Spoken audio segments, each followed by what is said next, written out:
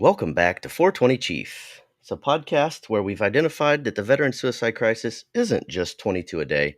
We know that number is much higher, but that's the number that's recognized, so that's what we're bringing awareness to. This isn't just a national crisis, actually. This is a global crisis. Veterans all over the world are fighting invisible battles every single day. But here's the difference. We're not just talking about the problem, we're sharing stories of healing, transformation, and hope. Stories from veterans who found a way to fight back and live.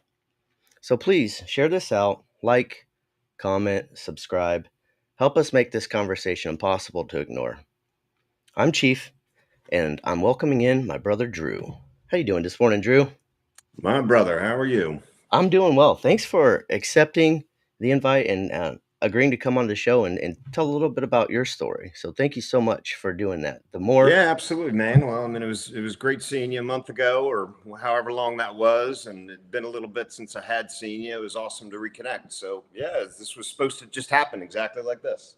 Absolutely, everything happens for a reason. I don't believe in coincidences, but Agreed. you have an amazing story, and you're an incredibly passionate person and someone that's very respected in the community. So I was really excited when you agreed to come on, and just even getting to know you and build a relationship with you has been awesome. So I'm going to dive right in, Drew. You want to kick us off by just tell us a little bit about yourself, whatever you want to start with. That's up to you. Sure. Well, I'll start with I appreciate all the accolades, but I'm just Drew, and it's awesome to get to know you as well. We've been able to get to know each other fairly well. So a little bit about me. I mean, my God, I'm 50 years old. Where do you start with a question like that? I don't know. 50 Um, years I young. yeah, it's like I mean, I don't know. I guess we'll start with the military. I think that was probably the biggest, kind of move in my life. I'm uh, background, military wise. I joined in 1998. Right at the very tip of the end of 1998. So basically the beginning of 99. And, went to basic, all that Kosovo stuff was starting to kick up. And then you find yourself at your first unit and, I'm there at replacement and figure out that I'm a month away from deploying to Egypt because of the unit I just got attached to. So, okay, welcome to the infantry. You're now forwardly deployed at a time that deployments didn't really happen. So I go off and I do that mission and just enjoy the shit out of it. It was awesome. I was like, deployments are great. I want to do all of them. So come back to Fort Campbell and about 6 months later, figure out that there's a trip to Kosovo that's coming up. And it's like, yep, sold. So I jump on that. I'm there for September 11th. I was the RTO of the second in command of Kosovo at the time, And for our and we were civilian in. listeners, can you explain what RTO is real quick? I'm sorry. Yeah, I mean, who the hell remembers what it actually stands for? But I would carry the sat phone, and I'd carry Radio FM talker comms, and operator. I would do all the things. Yep, I actually know that one. RTO, I was a radio talker before I became coxswain, so I think it's radio talker operator. Sure. Yeah, it's like all the other acronyms in the Army. It's like, what it is. I can't tell you what it actually means. I We have never it for learned everything. that. So yeah, we went and did that, and we were in Macedonia on September 11th, 2001, and we got stuck in Macedonia. Me, a full bird colonel, and about a whole bunch of others as we were trying to look for gun runners and in the mountains of Macedonia, and all of a sudden we can't seem to get ourselves back to Camp Bondsteel. I mean, it's a like hour and a half flight, and so we got stuck. And so I've had a bunch of very interesting moments to be inside of my career. So either way, I'll go down a rabbit hole and just go minute by minute through my military thing, and I don't want to do that to anybody. So Sure. we'll speed this up a touch. Okay. But yeah, I mean, ultimately, as an infantry guy, I had a fantastic career. I mean, I was hitting on all cylinders. Deployed to Iraq, deployed to Afghanistan. My Iraq deployment, I hit an epic amount of IEDs, just an epic amount. Me and my squad, we we were actually called the bomb squad at that point. Nobody would go out with us. We could not go out without getting hit. It's like, so, it was just kind of, kind of that deal. So, tons and tons of concussions, all of that played through in Afghanistan as well. Where I was doing some VSO stuff, in Helmand in 2011 during the surge, which was just absolute chaos. It was just a chaotic area at that point. So, did all that stuff, got all of those concussions. Well, they finally kind of caught up to me. I don't know the number of concussions that I've had. I guesstimate it to be about 40 or so. We just didn't document that Wow. sort of stuff back then. But whatever that number happens to be, it's there was a night jump when I was doing my first sergeant time out of the 82nd. A night mass tack. It was just literally like the sun just stopped existing. It's that dark at night. You know what I mean? I'm sure you've been through those nights where you're like, it can't get any darker. It's dark Nod's out, going, nothing helps. right? Right. And just had a bad jump, couldn't see the ground, landed poorly. That was a pretty nasty concussion. And that was the straw that broke the camel's back. That was the one where it just started all adding up, and I started feeling all of the different concussions. So that kind of changed some stuff. Ended up leading to a med board at 16 years. I was I was very close to my first D9 luck. Got the enlisted leadership award for my Ranger class. I had a very, very good, successful military career. I was going to get E9, and then all of a sudden they come in and like, yeah, you can't play here anymore. It's like, That's oh, that's a tough one. That's really tough, Drew, because you yeah. So 16 and a half years, this is what you've been doing. This is what you've given your life to, and you're right. good at it. You said top of the class. You were deployable, high speed, low drag to now you're getting out. That's difficult because it's a Yeah. real to face. Like, what do you do now? This is all I know.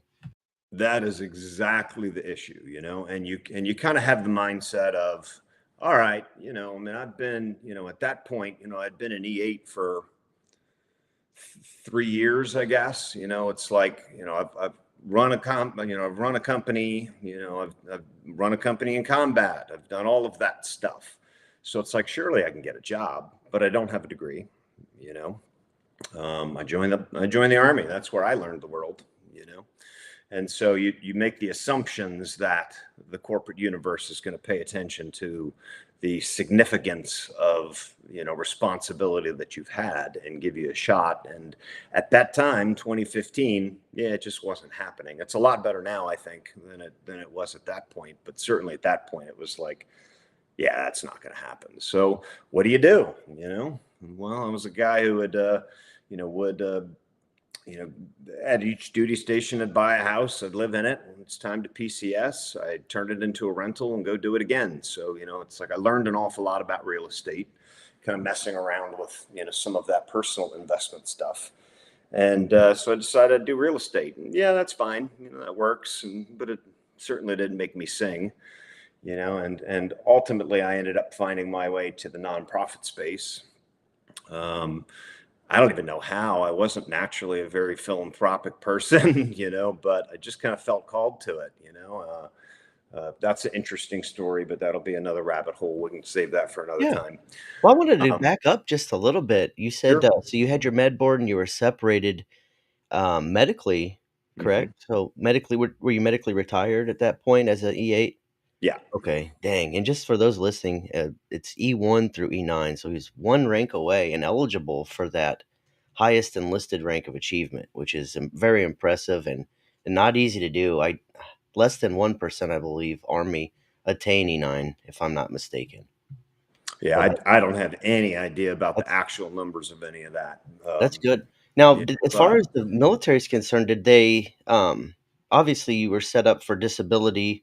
What kind of help did you get from the VA? And I'm not here to bash on the VA, but I'm curious just what were they able to do for you? I imagine you had, with all those concussions, you probably diagnosed with TBI, PTSD, things like that. yeah, so I mean, as I was getting med boarded, I was given 90%. I've ended up appealing that, getting that, got that moved to 100%. I also qualify for something that's called combat related special compensation because I'm medically retired. Medically retired does not receive any kind of retirement pay from the Army because you did not complete your 20 years. Of course, I didn't have any say in that, but that's just kind of the way that goes. So there's something called the CRSC that's out there, combat related special compensation, that helps to kind of mitigate some of that.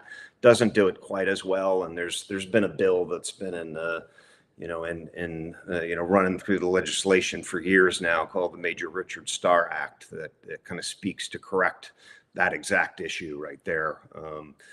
Nothing has moved on it yet. It's gotten a little bit close a couple of times, but but yeah, that's how that works It just currently. sounds like it needs to get a little louder, and I think conversations like this are how we bring awareness to that, and other people get to talking about it, especially if they can relate or they're in the same boat. So I Well, appreciate and you. then there's a huge patriotic rise in the country right now, as everybody is feeling. So as that begins to take more form, I think that having the conversation of, yeah, of course, if you force me to retire, then yes, pay me retirement. Like, you made that decision, not me. I mean, and in my case, maybe this isn't every case, but certainly, I could speak to mine. And in my case, I said I want to fight this, and the doctor said I'll let you know that I cannot support you doing that. So yes, you can fight it, but I will come in. And he was very transparent with me, so I appreciated the transparency of it. But that's just kind of the situation. It's like, well, Army says you got to go, man, and that is not everybody, I'm sure, but that absolutely was me. So it's something that fires me up. I can imagine. So that's a rough one. That's difficult. So you med sept, you started doing real estate. Hmm. How was that going for you? I mean, it was good, but also keep in mind, like, my entire world had flipped upside down. Financially, there was, immense strain on the relationship. I ended up getting divorced and medically retired in the exact same month. You know, and then you get branded as the broken veteran. And in Yeah. 2015, that is a curse, and that's exactly what you were. You were the one who couldn't hang. It was that world still. I'm just trying to put all this together in my head because you're medically separated, you're going through a divorce, you don't have nearly the financial means that you had previously. Like, this is a Hmm. whole lot all at once. I can only imagine. What were It you led to bankruptcy. I mean, you want to talk about an entire life implosion, all while your brain has completely and totally shut itself down. Like, you feel like, and it's hard to say what it feels like because, like, I equate it to what I would imagine, dementia coming in feels like, although, I only know what I know. But, like, your brain starts tricking you. you know Yeah, and that's an awful uh, lot all at once, just to it was a feel lot. that burden and then to feel alone, like you're going through all this Yes. shit completely alone. Yeah. Yeah. No, it was tough. It was tough. And of course, there's other factors, personal factors that I'm not going to talk about, things like that. But, there was a lot going on, dude. There was a lot going on. Wow. Yeah. Like, my entire world had flipped 180 degrees. Just drop of a hat. You're just like, what the fuck just happened? you Now, at know? that time, had the VA put you on medications for Oh, dude, I was on every medication known to man. I mean, when the PTS and TBI was really getting bad, I actually put myself into. I was at the Pentagon at that point. I retired out of the Pentagon. I had put myself into a Walter Reed program. Like, I am going. Like, I was as suicidal as I could possibly be on active duty, like, just completely and totally buried inside of, inside of my entire world crumbling. You know what I mean? yeah. So yeah, it was rough, but, through Walter Reed, They threw every pill at me that they could find. I mean, I ended up getting it into my head, whether it was through them or however it got through my head. But, they started putting me on lithium because they thought maybe I was type 2 bipolar. And then they thought, this and that and the other thing. And the moment you have a symptom, oh, this is making me gain weight. Oh, don't worry. We got pills for that here. Yeah. Oh, this is messing this up or that up. Oh, here's more pills. And you wake up and it's like, I'm on 12 different pills, and when it's time to get off of them, and I went to Walter Reed and literally looked at them, and said, I don't want to be on this shit anymore. And they said, well, it's not safe for you to come off of them. So, well, that's not acceptable. So I took myself off, and that almost killed me. And that's Almost dangerous. killed me. That's incredibly dangerous. Insanely. For anybody listening, if you're on SSRIs, please do not just walk away from the stuff. You have to titrate very carefully, very mindfully. It takes time. But yeah. And I know, especially even during that time frame, doctors were not as open as they are nowadays to plant medicine or alternative forms of healing. So Absolutely. that wasn't even something that you could have had discussions with your doctor about to get yourself off of them. Right. Right. And plant medicine is a whole nother world, so just kind of imagine, and we can kind of just jump straight into that, Yeah, you if know? you would like to, I'd like to talk about Yeah. that with you. So up to this point, had you ever even tried cannabis? I had tried it. I had probably had it, I don't know, 6, 7 times in high school or something like that. You know what I Right. mean? It wasn't for me. I didn't dig it. I was like, yeah, this isn't my gig. I was a drinker. And that is a good way to start this conversation. Actually, I Yes. was a heavy drinker. That's what I would do to try to kind of calm the voices and keep control of myself and mask all the garbage. So you were going through all that and drinking. Oh, dude. I mean, I was, you know, 4 or 5 double vodka and tonics a night every night for 7 years. Like if I'm not stumbling to bed, I better stay up and have another drink. You know what I Wow. mean? It's like I was just hiding inside of that little universe, that I had built. And I lived there for a very long time. And it did serve me for a time. I was very responsible with it. It would be after 5 o'clock or 6 o'clock. I would not drive anywhere. I knew that I was just muting myself, and trying to do it in like the safest way possible. But I mean, when I've got my kids, yeah, I was still drinking that much, as well. And it's like, and it never became an issue. They were old enough that that wasn't much of an issue, but my God, I wasn't present enough. You know what I mean? This is something And I've heard so many times and a common theme with us veterans, and it's not just that we drank, but it was that we're completely functional. We still worked, still went to yes, I didn't miss work when I was drinking. I still no, was parenting. I wasn't as present, but I was there. But to everyone else, I was just a fully functional alcoholic every single day. yes, and I that was learned behavior. I had seen that behavior, growing up, and so therefore it was an easy one for me to fall into, without really understanding that you're doing it, you know. But yeah, but it was obviously way too much. It was hard on my body. It was hard. It was hard on everything. It was time to go. And so, as I'm kind of going through all of my transition, from the military into civilian life, which took years and years and years, it really did. Like there was nothing quick about that transition. But I ended up connected up with Grunt Style, the apparel brand, and ended up coming in to help run their nonprofit at its infancy. What was so appealing about grunt style to you at that time? Do you remember? Oh yeah, I mean, I'll tell you exactly how all of that happened. I found myself in the nonprofit space. I was working for a wonderful nonprofit that does national work. they didn't do a whole bunch of stuff inside of veteran specific. It was, it was more pushed out, to the natural sectors of the nonprofit space, which the veterans they don't really have a space.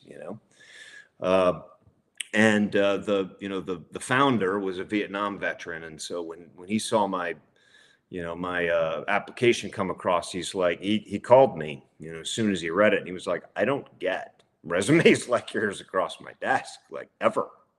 Like, it's not going to happen. Will you come in and talk to me? And so I did, and it was just try to see how we can start to figure out how to bring the veteran space into that nonprofit, and all the things. So I'm doing that job. I was there for a year or so, and then the withdrawal from Afghanistan happened, and that really bugged me. I mean, I was a VSO guy, so I mean, in Helmand there was a race to the dam. The dam was up north in Helmand, and we had to get up there and basically secure that piece. Well, we were pushing north to go, to do that, with different pockets of village stability platforms, and we were one of those village stability platforms. So, I ran the Army side of it, where I had 20 of my guys with me, and then whoever we were partnered with, whether it was a Navy SEAL team or a MARSOC team or a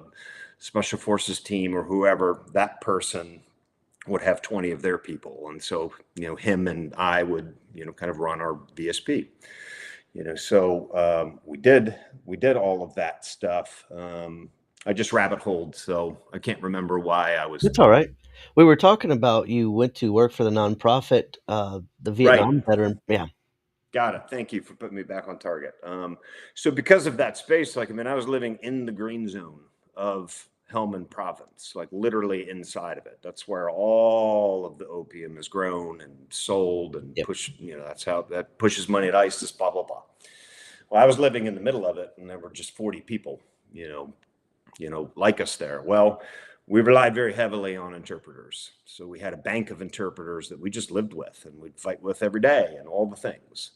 And it really bothered me that when we pulled out, we just abandoned all of those type folks who we literally could not have done the mission without, and so that bothered me. That put me into a deep depression, so, because of this job that I had, I knew folks at, Mission 22 and, all these different, big, strong veteran nonprofits, Soldiers Angels, and all this. And I started calling everybody and just being like, we've got to do something. Like, all veterans are bothered by this withdrawal. Even if you didn't go to Afghanistan, it still is ripping you apart because it's very similar to what you went through, and just not the way we should have, exited. And so, I put together this big month-long event that I wanted to do virtually, and I needed a, veteran for-profit company to kind of anchor all of that. And so I reached out to what I thought Tim Jensen's email would be, and, took a shot. And 2 hours later, I got a response, and 2 days later, I got a Zoom. And next thing we know, yep, they're on board. Let's do this. Well, that ended up turning into a position where I was director of development for Grunt Style Foundation, and just retired from that in April of this year. Thanks for sharing. So That's an amazing story. Like, you were on mission, Drew. That's just on phenomenal. mission. It's the universe put me exactly where I was supposed to be. That's what happened. Of course, I didn't understand any of that at the time, but now it's like, you look back on it and it's like, yes, I was totally walked to that nonprofit so that I could begin to understand the nonprofit space in a development role, so that I could be brought on, by Will into the Grunt Style Foundation, and I can grow that thing. And then there's all these other tendrils that continue to build out, that we just haven't talked about yet. So it feels very intentional, certainly from the guy who's sitting here living it, but yeah. I love hearing it because so many people talk about doing stuff or talk about helping, and you are a perfect example of someone who took action on it. You were thinking about it, you talked it in to fruition, and you made it happen, and then you started reaching out, doing the legwork to get other people involved, and that's difficult. And so many people just stay in that zone where they're just talking and not taking action. And so I'm so proud of you for just getting that motivation and taking that action. Um, What's funny about it is I didn't know I was taking action on anything. I just thought that I was just like, yeah, you just take one step at a time. It's not until you've taken 50 steps that you can turn around and see all of those steps and how one led to the next and blah blah blah. So like looking back on it, yes, it was just literally what I was supposed to be doing, and it just was guiding me on my path. I just didn't understand it yet. So, when, the, what I like to tell people is when you feel passionate about something, just understand, yes, that's my path, and then just take steps forward, and the universe will just completely just chart it all out for you. Just continue to take the steps, towards that end, and it'll happen. Consistency is key. Yeah. Um, Something So else to, I'd like to talk about. You were talking about you were on all these medications from the VA. You were drinking alcohol. What I want to hear a little bit about what your healing looked like. Yes. Yeah. No, that's actually what I was building up to. But I can get talkative, and I I talk love it. myself right onto It's all different great. topics. um, but yeah, the right at the beginning of working, with Grunt Style Foundation, I started to, I started to hear, people talking about something called ayahuasca. Ayahuasca is a psychedelic, and you know we can get more into that later. I can explain that a little bit later, but I started hearing, about it. And so, now I'm kind of doing some research and all of this. Well, I end up getting an opportunity to go sit with it with about 3 weeks notice. Just all of a sudden it's like, hey, I know what this is. The opportunity is there. It's in 3 weeks. If you want it, it's yours. Okay, let's do this. So I went and did that. I'm not a cannabis guy. I'm not anything. It's just like I just felt like I have tried everything to get beyond, to flip that 180 degrees, that flipped. Anything to just move the needle even slightly in the other direction. And it's like, yes, I will absolutely go have 3 very rough nights and go battle myself to try to try to get some of these answers and get some of the correction that I desperately want. And that's so scary. I'm just going to say that from personal Dude. experience. Have never having done anything like this before. For you, it's like it's a complete unknown. All you know is what you've heard from other Yes. people, and all of those stories. When you think about applying that to yourself, is like, holy shit! Like I can't believe. Am I really going to do this? Am I really going to go now and do this? So it's a lot of steps to make it happen. But sounds like it called you. I mean, it did. And, so thankfully I was willing to go, and I went, and yeah, I beat the shit out of myself for 3 nights, just beat the ever living shit out of myself. So ayahuasca is a very strong psychedelic. It comes in a tea. You drink the tea, you lay down, and you literally go to different dimensions. You get just propelled into different places. And ultimately what you're doing is you're kind of smashing through. Everybody understands what ego is, right? Another brick in the wall, like Pink Floyd. Just throughout life we put all these little bricks up with all these little agreements that we make with ourselves. All the little voices in our head that tell us that we're not good enough and we're not all the things. That's our ego. At some point that served us, just like at some point that drinking served me. It doesn't anymore. So it's time to move on from it. It's that kind of thing, right? And that was actually the very first. Well, so let me finish what I was trying to say with the ego. So this medicine just pushes through that ego so you can have an actual real conversation with yourself. And that's ultimately what I feel is happening. I feel like you get to have a very, very frank conversation with yourself, and that's quite valuable, but quite scary because, you can go in there and it's like, yeah, sometimes you have to go, relive your traumas, like literally, or maybe you need to have a conversation where you're really pissed off at your mom because she said this thing, but instead of having that conversation again through your eyes, you're having it through hers. And now you're saying all the reasons why she said the things she said. And you're like, well, I can totally get behind that. And then that changes that whole narrative or whatever the case is. Like it just allows you to kind of quiet all the noise. And so, I did my first 3 nights of all of that. The very first thing it told me was, you don't drink anymore. It is going to kill you.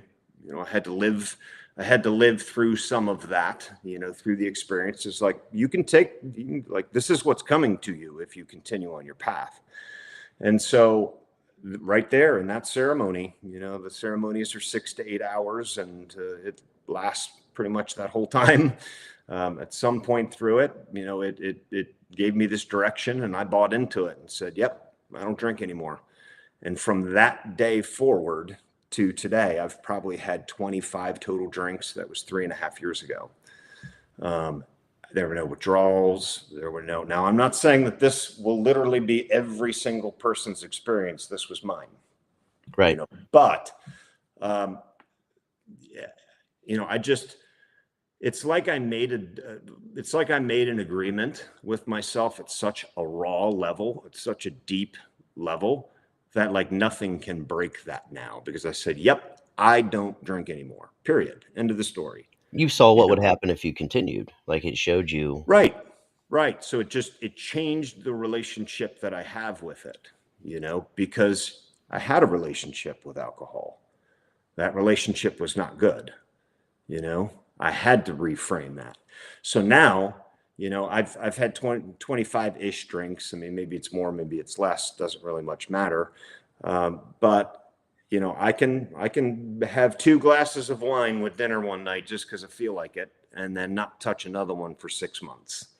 And it just doesn't matter. So, so I was able to make that kind of an agreement through this plant medicine and that openness to experiencing that plant medicine. Yeah, you got control of it, not it has control of you anymore. For alcohol, yes. Yes. The other plant medicines, no, I do not have control of it. Right. So you said the first time, so you have done ayahuasca on more than one occasion, and I have a couple of questions. One is, I want to hear again, your next experience with that, but why?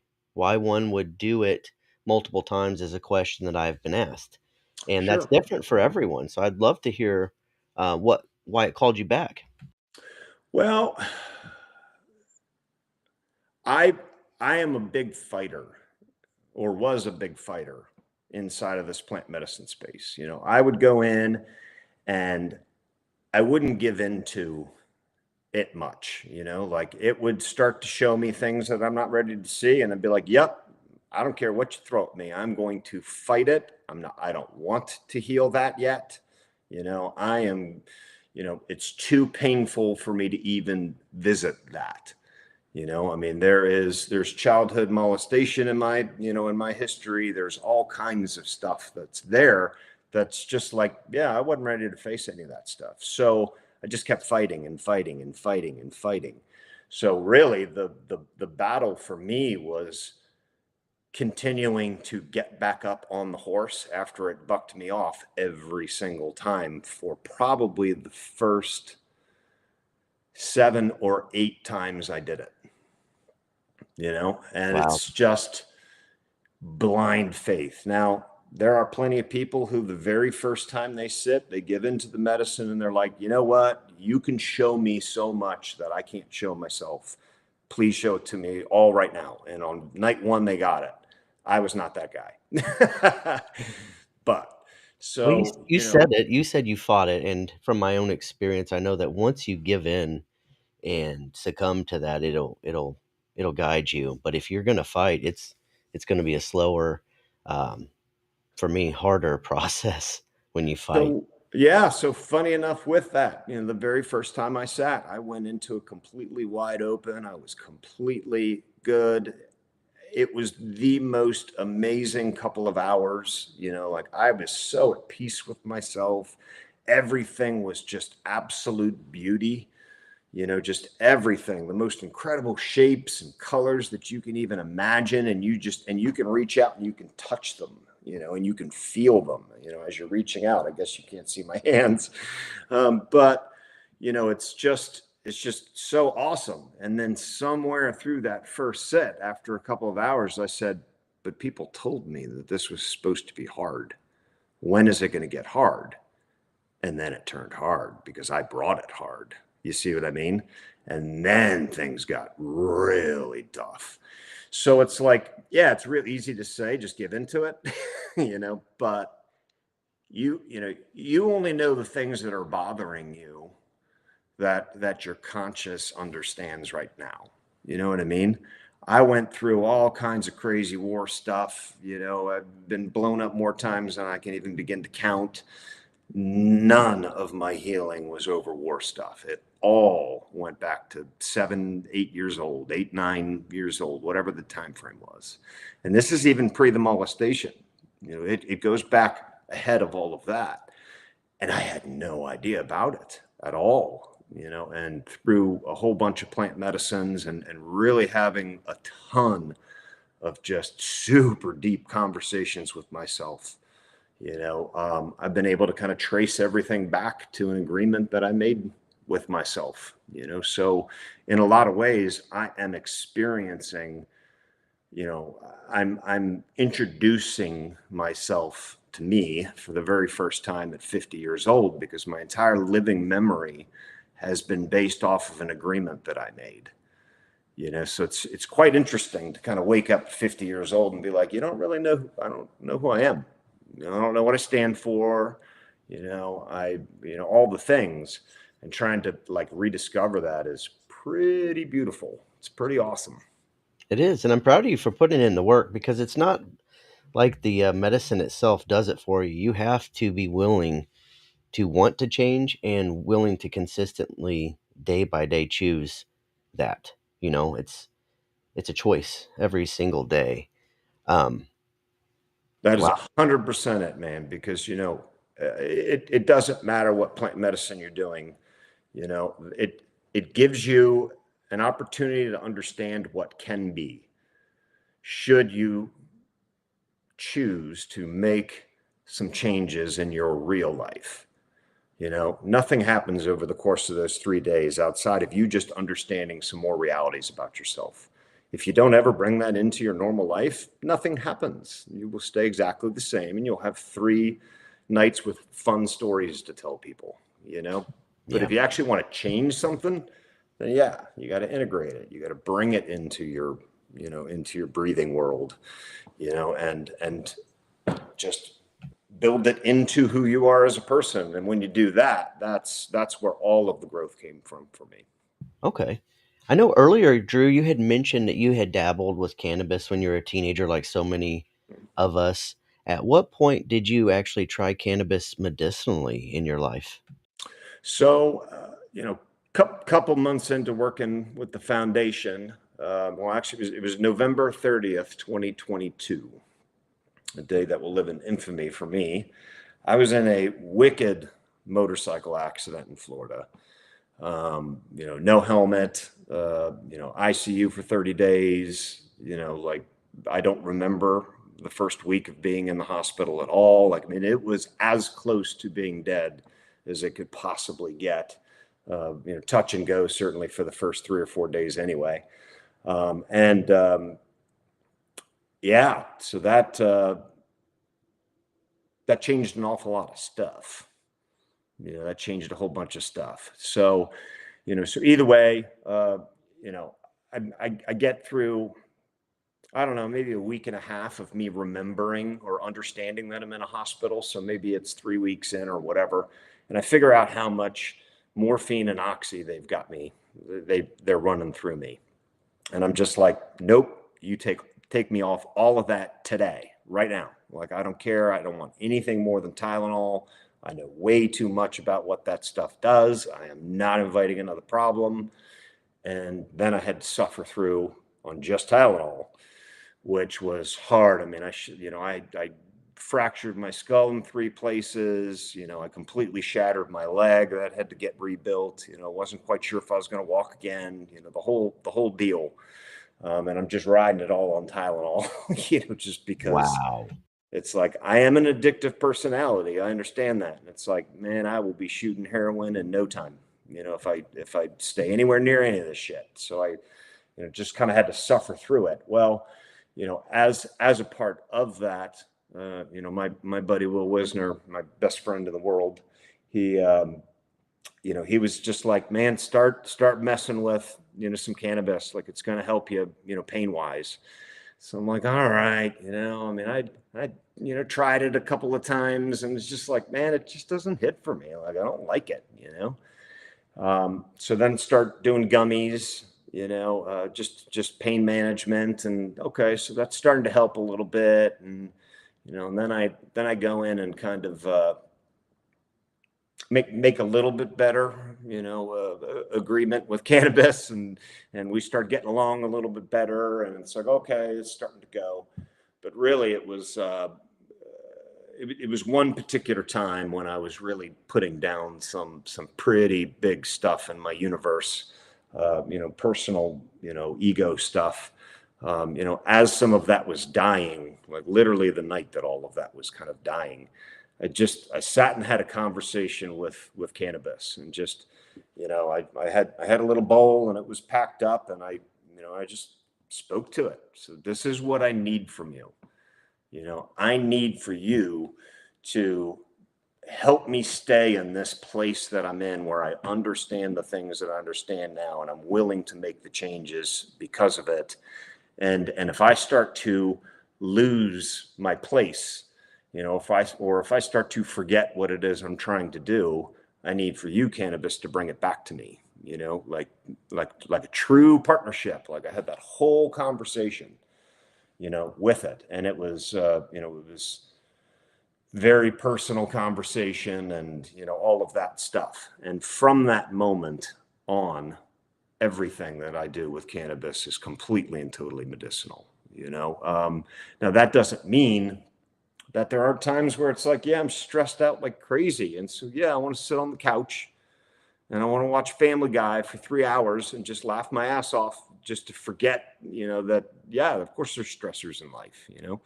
So, yeah, of course I do that stuff, but I do it intentionally.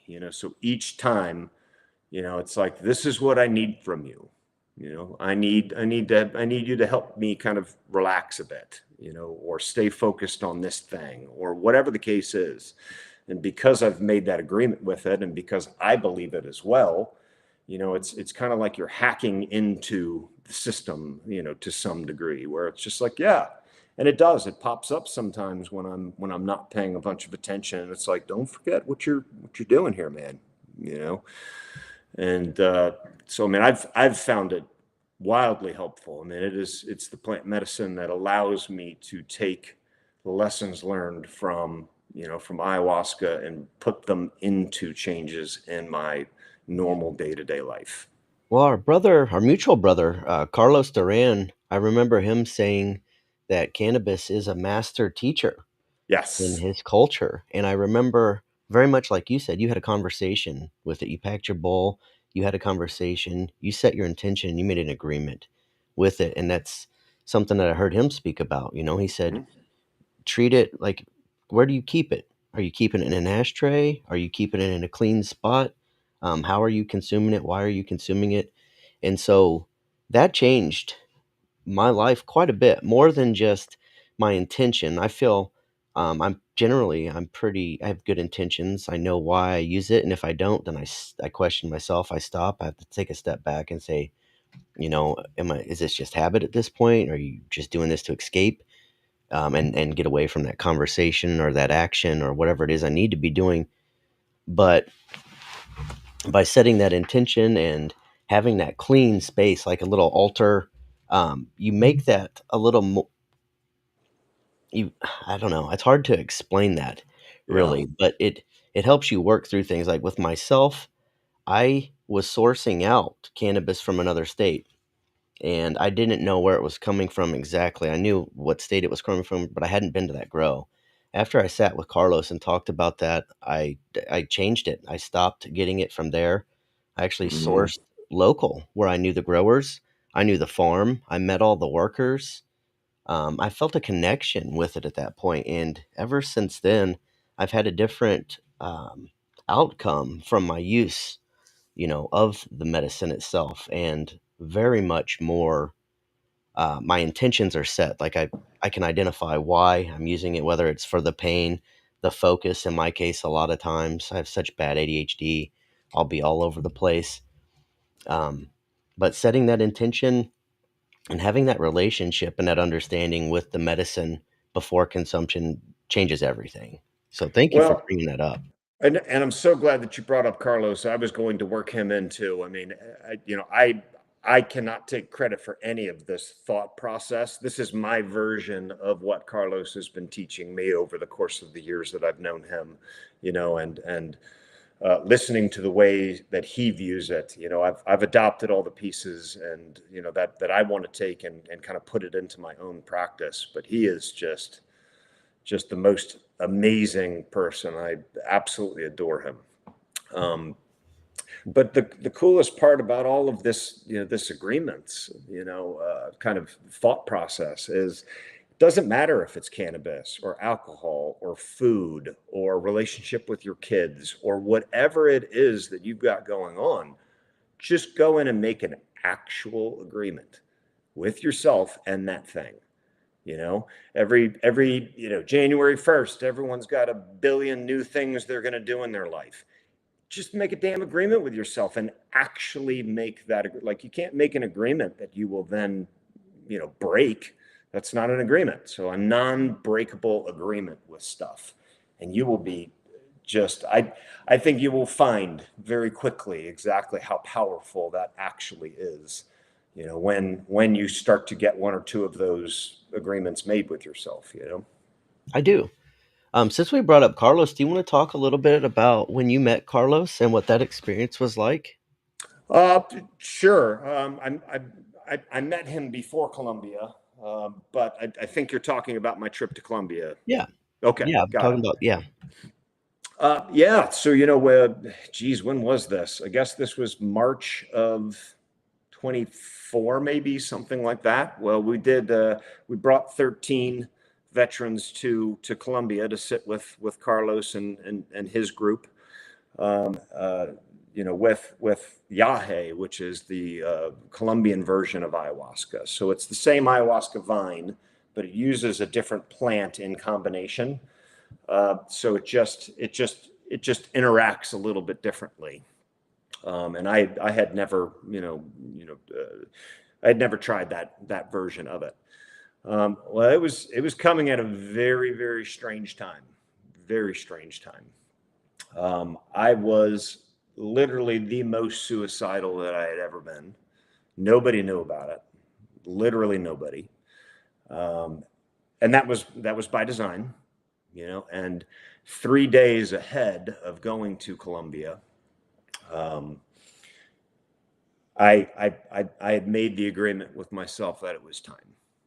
So I am now a matter of hours away, from being done. I'm putting the final pieces in place. I already had a plan that was loosely set up, but there's a lot of details that need to get handled.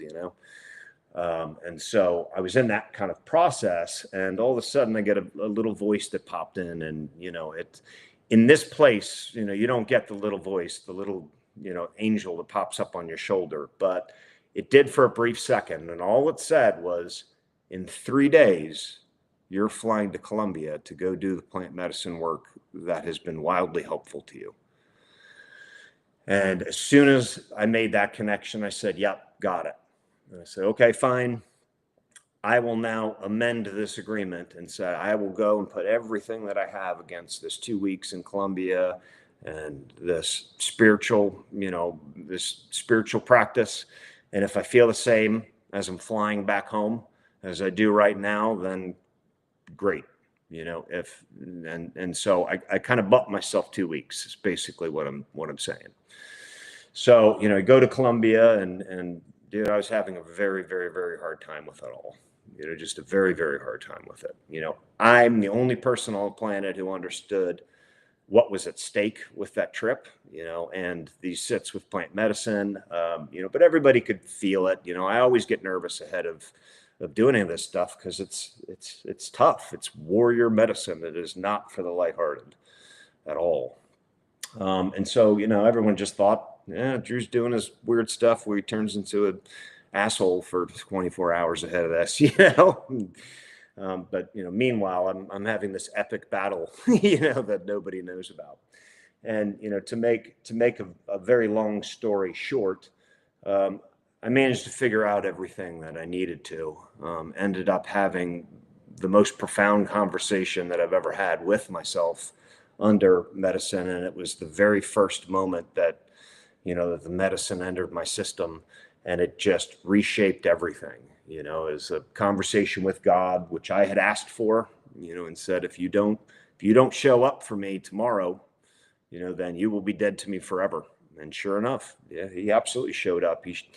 This would take an entire episode to go through this story to get detail, but he not only presented himself in this reality, but also under medicine as well. And it was pretty profound. So reason why I'm going to all of this length is the night before the first sit, and I have that conversation, I had Carlos was the only person on the planet who understood what was at stake with it.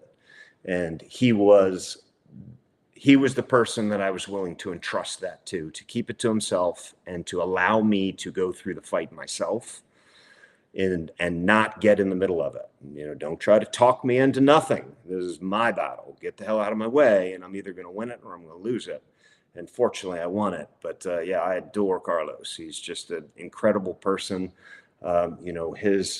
His whole setup is fantastic in Colombia. He's got this absolutely gorgeous Maloca, that is just completely built. This family has been on this land forever doing this exact work with this exact medicine. It is literally, the tradition that is, their family and has been for thousands of years. So that was just an incredible connection there. Blows my mind about that, Drew, is that medicine has been in use for thousands of years. Tens of thousands, yes. However, these SSRIs and opiates have been 70, 80 years in big pharma, like even if that long. So why do we backburner these known methods of healing and make them out to be something crazy when they've been around helping people heal longer than big pharma's even been thought of? Well, that's the battle we're seeing happen with the country right now. It's all the corporatocracy and and all of the crap that's there. It's so It's funny all the because same reasons. Like why would big pharma want you to understand that you don't need any of that crap? That literally nature gives us every single thing we need, to include cancer and all of that. Now that's my belief, and that's going to there's going to be a whole bunch of people that are going to get pissed off about that statement. Just my belief. But I believe that to my core as raw fact, it just blows my mind. I even offer a CBD salve topical that helps with pain on my website, and I had to go jump through hoops. Like right now, I can't Oh accept yeah. payments. I had to go through some third party to accept payments because I'm selling CBD, a non. It's not even, I don't know, non psychoactive. It's just a topical. Even kids could Yeah. use on an owie, but yet it's made out to be a drug. Yeah. And Well, all it you've been really on the hemp advocacy trail with us. You know the gigs. Yeah. I I mean, do. yeah, A lot you're of we're speaking breaking all my stigmas. languages. So we're breaking stigmas out there because I think it's Yeah. a lot of misinformation, and it's all about money at the end of the day. But I I'll feel get us so. back on track. Drew, what advice would you give to a veteran who's on the fence about plant medicine as healing? Well, I mean, what I like to say is psilocybin for the masses and ayahuasca for the bold. Anybody can engage with psilocybin and get good positive results out of it. Yes, it's going to put you into some situations that you might not want to be in. That could get a little bit uncomfortable, but it's not quite to the intensity of ayahuasca. If you're ready to go have the hardest conversations that you'll have with yourself, then great, go do the warrior medicine of ayahuasca. If you want to, baby step your way into it, like I jumped straight into ayahuasca, that worked for me. I don't know if that works for everybody. Everybody knows themselves. If you want to dip a toe, then yes, there's plenty of things you can do with psilocybin. You could even start by microdosing psilocybin. Microdosing won't make you feel anything, but you will start to notice some shifts in in your positivity and some of the other things. Your brain will be connected a little bit sharper, and you'll just kind of pick up on that and be like, well, I like this place. So if that's what a little bit of this is, maybe I'll, consider, going up a little bit more. But the one thing that is monstrously important that everybody needs to hear, you have to be very careful. There are tons of people out there that are offering all of this stuff in a bunch of different ways. It has to be ceremonial, in my view. If you're not doing it ceremonially, don't go do some brown acid with your buddy Moonbeam behind the barn. Like you're not going to get anything good out of that. You might have fun, and that's fine. That's kind of like sitting on the couch watching Family Guy smoking some cannabis. There's a place for all of that. But if you want to go do the work, then go do the work and do it ceremonially. And let me ask you on top of that, what advice would you give to folks on how to utilize cannabis to integrate? Well, I think it starts with a solid conversation with yourself. What is it that you want to get out of it? What is it that it's doing for you? You're engaging it for a reason. What is that reason? Speak to that. Try to figure out what that actually is. Try to see if that does that serve you? Is that what you want to continue for a while? Or do we want to change it? If you want to continue it for a while, great. Check back in 6 months and do the exact same thing over again, and now have the conversation again. Try to make sure that it is always intentional what you're doing, and it will guide you to wherever it is that you will take it to, if that makes sense. But you got to check in. You can't just turn a blind eye. And I said 6 months. That's probably too long. Everybody's different though, so just check in every once in a while. Does this still serve me? Can I correct it? Should I take a break? It's good. It's good to have a little dieta from it every once in a while. For the next 2 weeks, I'm intentionally not going to mess with this at all. Just for whatever reason, to prove I can, to, whatever the reason is that you have, but it's a nice little break, and that's a good check-in time period to be like, okay, let's look back on that. Is that is it doing what it is I'm asking it to do? Am I doing what I'm saying I'm going to do? That kind of stuff. Absolutely. Any final words for our listeners or anything that you want to raise awareness to before we wrap up today, Drew? Yeah, I mean, just I'll kind of throw a little bit of the work hat on, even though I'm retired. I mean, I don't know that I'm ever actually gone from the foundation. I'm certainly always attached to it. But we're doing a lot of stuff with integration weekends. Integration weekends are going to start popping up all over the country.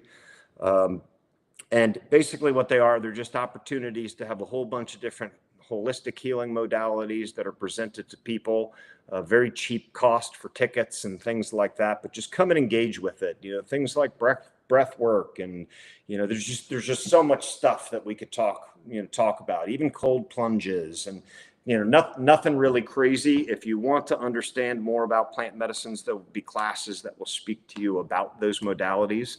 None of that stuff obviously is executed. It's illegal in the United States. So, and we're not going to fly everybody to Costa Rica or something so we can do an integration weekend.